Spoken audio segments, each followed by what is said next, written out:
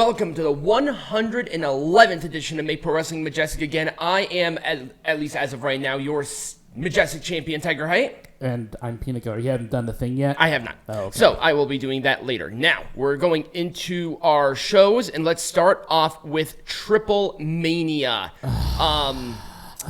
So it started okay. Mm-hmm. Then it got really bad, and then at least it ended in a good match. Well, yeah, of course, you're not going to have a bad match with Kenny Omega and El Hijo del Vikingo. Yes. So this is the Copa Triplemania match. They have like a bunch of these, and I don't know why. They just do it to have a trophy. It's just a battle royale for reasons. Exactly. We'll talk about who was in there first, and then obviously we will give our review. So it was Gringo, Loco, and Jake Cartwheel to start off. Mm-hmm. Myzteziz Jr., Dinámico, I believe, butchered that immensely. Niño, Hamburguesa, Willie, Mack, Flammer, Hiedra, who came out together. Rey Mysterio, El Hiedra, or whatever. It's the actual son of the original Rey Mysterio, because it's Rey Mysterio's brother. No, Rey Mysterio's cousin. Because the original was Rey Mysterio's uncle. Okay. Yeah, so this is the actual son of the original Rey Mysterio. Yeah, it's all sorts of fun. Mr. Iguana, Laredo Kid, Puma King, Taurus, and there you go. I mean, it's pretty typical, your typical characters who are in these sorts of matches, because they never do anything important. They're just in these matches for reasons. Right. It's a traditional thing.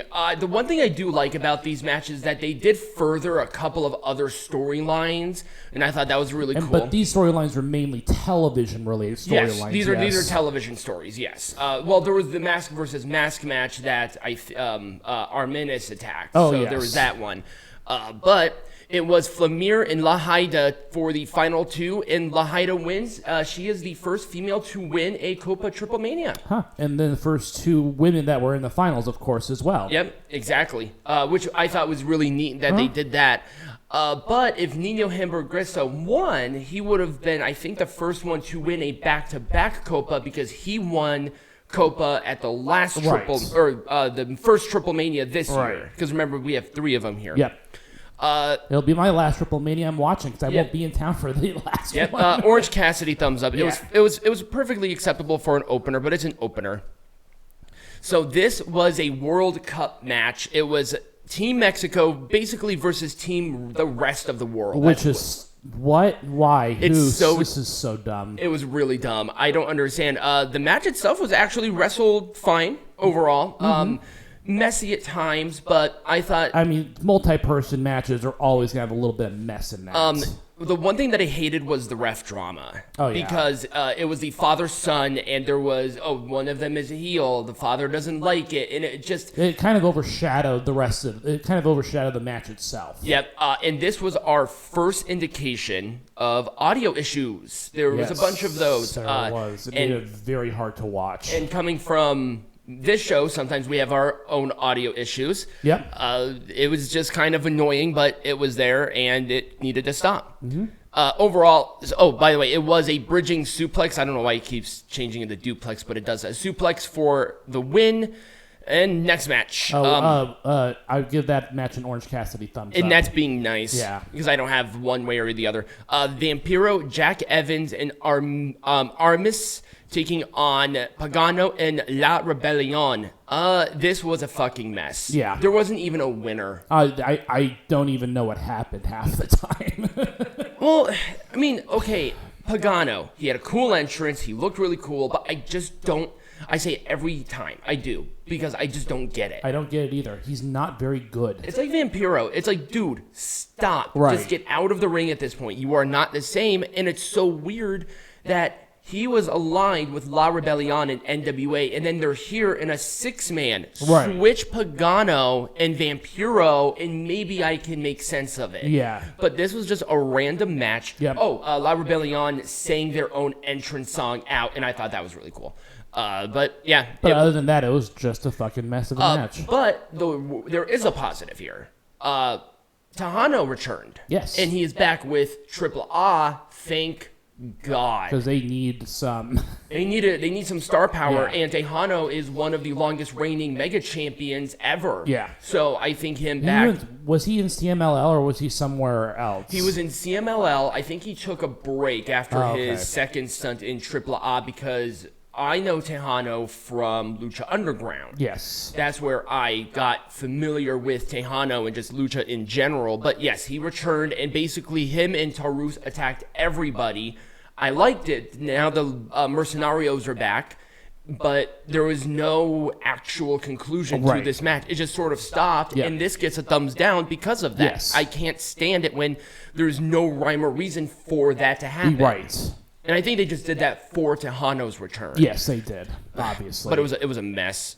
Speaking of a mess, God. This might be one of the worst matches I've seen this year by far. 2 thumbs down. Yep. And I fully agree with you on that. This match was just god-awful. Like, okay, it's a lot Chilango and Team Chilango and Team Baja, which are the specific provinces that they are in. Everything else other than like the 2 technical leaders of the individual factions, so Negro Casas and Nicho El Miliaro, they're like ancient. Yeah. And they were moving so slowly. Yep. It was not really a match. This felt more like a scuffle for like much. 25 minutes. Yeah. And it was so frustrating because I'm like, I want a match. I want a structure. Right. And You want a storyline to take place. This it didn't have that energy at all. it had the potential. I mean, because they did set this up at the last Triplemania, but take out the old geezers, have the teams, have them do lucha things. Yep. Because that's what I watch. Right. That's what I You want. want to watch Instead of all the lucha. brawling in the Right. crowd and all the weapon shots for no fucking reason. Yep. They like to do that shit, though. It's so frustrating. It's like, come It's almost like this match was not built to be on television, but they had to have it on television anyways. Yeah, half of I think over 70% of the match was not even in the ring. Yeah, which is frustrating because, of course, viewers from home are just like, well, where's my piece? Right. And you need to have that balance of both of those to do that, and bless the commentators' hearts for trying, but this was just not salvageable other than getting rid of the old guys. There's some great talent here. Like, there really is. Yep. But, you have, like, Chessman and the 2 old geezers who can't do this anymore. Right. And I'm like, God, please, for the love of Christ. Ugh. Thank God, Palate Cleanser. This was much better. This was a much better match. Pentagon Jr. versus QT Marshall in an ambulance match. We knew exactly what we were going to be getting before the match happened. So, in my mind, I'm like, there's going to be a lot of hardcore. Just prepare for that. And there was. Yep. And so that's why I'm like, okay, this is fine. Yes. Because I prepared myself for this. You prepared yourself to see a lot of weapons being involved, a lot of stretchers being involved. A lot of blood, but that's just their culture. Where has this QT Marshall been? Right. This is the QT Marshall that should be on AEW. He felt confident. He felt like a star. Yeah, he did. They really treated him well in building this rivalry. They explained how these 2 got this match, and he looked serious. He really put himself in a great spot to showcase how good he is. The weird thing about this, though, was this storyline built in AAA or was it built in AEW? AAA specifically. Okay. So this was all AAA. Because this is not in the lexicon of AEW at all. This is all AAA. Yep, this is all AAA, and I love it. I mean, it's weird because they both work for AEW. They're both signed to AEW. So if they have interactions with each other, which they don't in AEW, there would have been some animosity there. But this was really kind of AAA's baby. Here's the thing. I like it because they have that separation. Right. It's like they're 2 different worlds. Right. And I love it when companies do that where there is a structure difference. Yeah, no, I bitched about Vampiro and La Rebellion earlier, but I'm going to contradict myself here because out of convenience. But it's like the worlds are there. And I think Vampiro and La Rebellion should be a consistent team, but I like that they did this rivalry specifically because I think they really want to do something with QT. And to be honest with you, if this is what we're going to get, I want him to face Vikingo for the Mega Champion. I don't think it's going to happen, but you never know. Anyways, let's do a thumb rating. I'm going to give it a full thumbs up. This was a very compelling match, very straightforward. Pentagon lost. Oh, yes, he did lose this match. Yes, QT being put on a huge pedestal because Pentagon Jr. is really popular in Mexico. Yeah. So QT making his debut here as a heel. Yeah, and beating pretty much your biggest star. He has to go for the world title at some point, or at the very least the Latin American or the World Cruiserweight, because Phoenix he's both of those champions. Right, that's true. He has not defended those titles. Yeah, it's that's like true. Why bother? Right. But yeah, I like this match. I thought it was exactly what it needed to be. All right, on to the next one. It was good. Do we have to? Yeah. I wanna praise it more, but we got to talk about this. Roosh versus LA Park, or Roosh and LA Park versus Sam Adonis and Psycho Clown. This was the semifinals of this tag team rivalry thing. And so, if you just as a quick refresher, what is this tournament about? So this is about rivalries, where the rivals team up against each other. The people who lose the match advance to the finals, which is going to be a mask versus hair match at the final Triplemania in Mexico City. Yes. So that's just kind of yes, this was a mess because they I don't know. Like they brawled with each other. Yes, they did. Too much. Yes, they did. They brawled with each other way too much. There wasn't any there wasn't even an attempt at cohesion. No, zero. There was zero attempt at cohesion. And I get it though. I get it because I wanted more interaction. I wanted to see Sam Adonis and Roosh work together more, because when they were actually in the ring doing stuff, I was okay with it.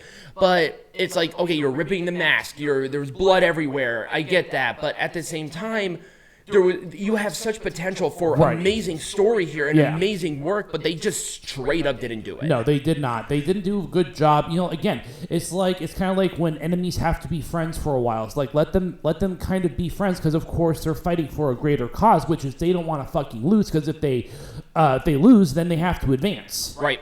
And they didn't do that at all. This was a super lazy way of booking this. It was. And they did it. I thought they did it better with the other ones because there was some cohesion.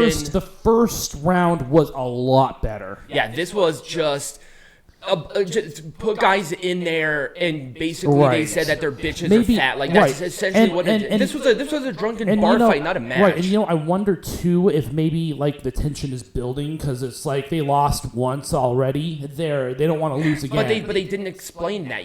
They never explained that with the tension of body language. They just sort of brawled with each other. Yeah, that's true. They did. It was very obnoxious. The body language did not indicate to me that, oh shit, I got to get this done, but oh shit, I'm working with my mortal enemy. Right. Build it up a little bit. Right. Anyways, who won and how did they win? That's the worst part of this. Nobody won. Nobody won. So that means we're going to do a double mask versus hair match. No, it's a fatal four-way. It's a fatal four-way for Mexico City. They made that announcement during the show. Oh. I must have missed that part because I was in the bathroom. All four guys are now going to be in a fatal four-way mask versus hair match. I have no idea how they're going to make that work. They probably will, but I just don't know how they're going to make that work. Isn't that just the dumbest thing? Like, there was 1,000 ways that you could have done that a lot better. Do 2 different matches. Yeah. Do different matches, or have like a weird double pin or something like that. There has to be a reason. They just sort of stopped. And it's like, what was the point of this entire construction of this match without a conclusion? Right, there was no conclusion or to even it. like, not even just a conclusion. You could have had the same wacky thing that nobody won, but there was 1,000 ways that they could have done that better. Like a double pin, a double submission. Right. Maybe the referee got hit and it just, Right, but Like, it kind of got thrown out the window. Yeah, and the fatal four-way match for and that's the other Max thing. versus There was no disqualifications. They just ran around, hit each other with shit, bled everywhere, and that was it. Yep. Like there was no reason. It was just It was just bad. It was really bad. This one could possibly be worst match of the year, and all four of these guys are very good wrestlers. I know. And it's very unfortunate. But it happens. Yep. All right, let's talk about this match. This match was really good. Oh, yeah. Hijo del Vikingo versus Kenny Omega for the AAA Mega Champion. This was a pretty good match. I'm going to give it... I'm not going to give it 2 thumbs up, I'm though. going to give it 1. Yep, I'm going to give it 1 thumb up. But, yeah, this was a good match. It was a good match. There was just something missing about this. I'm not sure what it was. Maybe it's because the previous match was so bad that you just kind of killed your expectations for it. Maybe. But no, you can never go wrong with the Kenny Omega match. You can never go wrong with the Hijo del Vikingo match. You're always going to have an excellent match. Oh, absolutely. But what I really like that they built is where Kenny he never lost this belt. He just vacated it because he was hurt. He had the injuries. Right. So what I like about this is that everything came full circle. He had the TNA or the Impact World Champion. Mm-hmm. He had the AEW World Champion. He was a belt collector at the time. Yeah, and he had the Mega Champion. The other two, he lost in matches, and he lost the subsequent rematches. Right. This was the one title where he did not have that definitive, I need to, vilify the new champion. Right. And that happened here. Vikingo won with 630. Good show of respect. I did not know how short Vikingo was. He was incredibly short. He looks like a 15-year-old next to Kenny Omega. And Kenny Omega ain't the tallest person in the world either. No. But man, this guy, Vikingo has just been putting on great match after great match. He just needs to stay away from AEW. Yes. And I'm not saying that because Vikingo doesn't need AEW. No. I think he is perfect where he is right now. His style just matches so well. There are so many opportunities for great matches in the future, and we'll see where it goes. Yeah. But that was Triplemania. It was a very mixed bag. It was a very mixed bag. A lot more than Yeah. And I think that was the unfortunate thing because the last Triplemania was actually okay. Yeah. Like everything made sense. But this one, it was like 2 totally different people booking the show, but yet it was the same person. So that's kind of where we are. All right, well, with pomp and circumstances aside, I will be talking next about the contract negotiations that AEW is currently doing with Time Warner Discovery. Yeah.